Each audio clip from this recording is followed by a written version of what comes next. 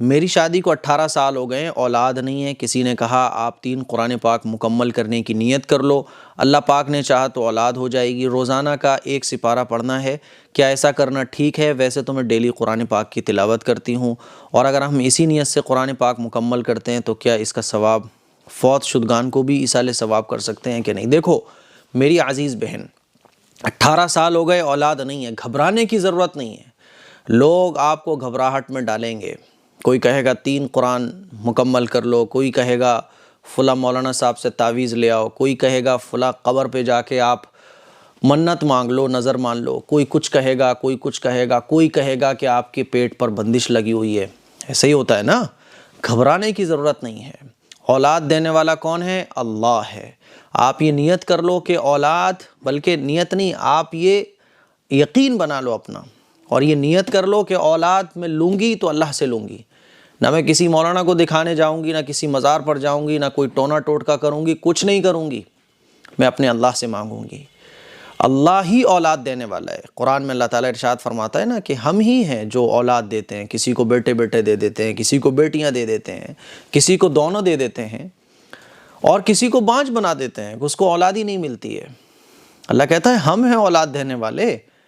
یہ جو لوگ کہتے ہیں نا، مولانا لوگ، تعویذ دینے والے لوگ، کہ پیٹ باندھ دیا گیا ہے، کوکھ باندھ دی گئی ہے، یہ صرف اور صرف آپ کے ایمان پر ڈاکہ ڈال رہے ہیں۔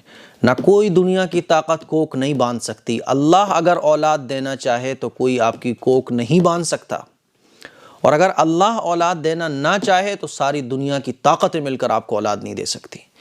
میری عزیز بہن، گھبراؤ مت۔ حضرت ابراہیم علیہ السلام کو بھی اولاد کب ہوئی تھی؟ 80-90 سال پار کرنے کے بعد۔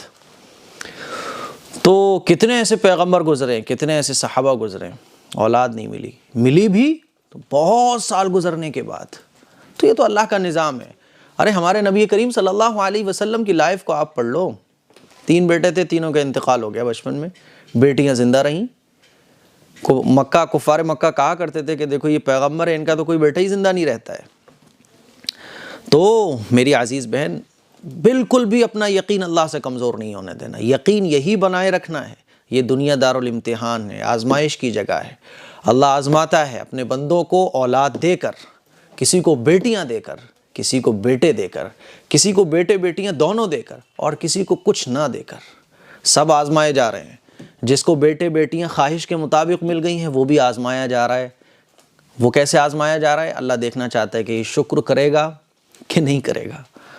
اور جس کو کچھ اولاد ہی نہیں ہوئی سالوں سال، تو اللہ اس کو بھی آزما رہا ہے۔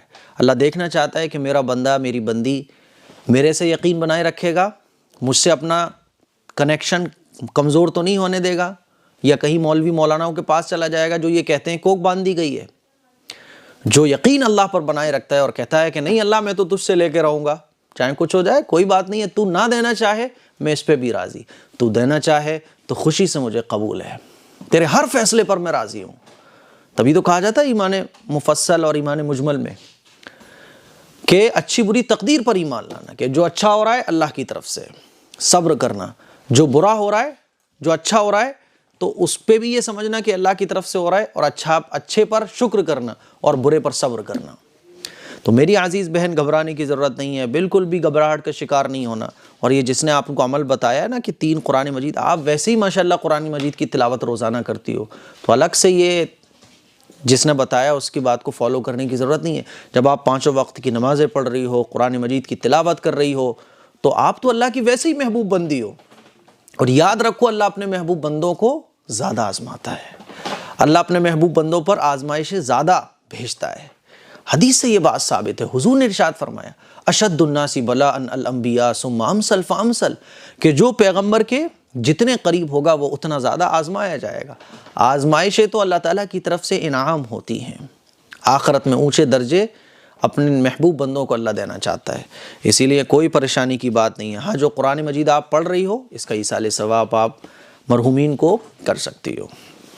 تو مجھے امید ہے میری بہن، اور آپ نے بہت اچھا سوال کیا، اور اس سوال کے ذریعے بہت ساری ہماری بہنیں جن کو اولاد نصیب نہیں ہے وہ پریشان رہتی ہیں، اور پٹیں گے ایسے مولانا لوگ، مولوی لوگ جو کہتے ہیں کہ کوکھ باندھ دی گئی ہے۔ خدا کی قسم ان کی پٹائی لگے گی آخرت میں۔ اللہ کہتا ہے ہم اولاد دینے والے ہیں اور تم کہتے ہو کہ کوکھ باندھ دی گئی ہے۔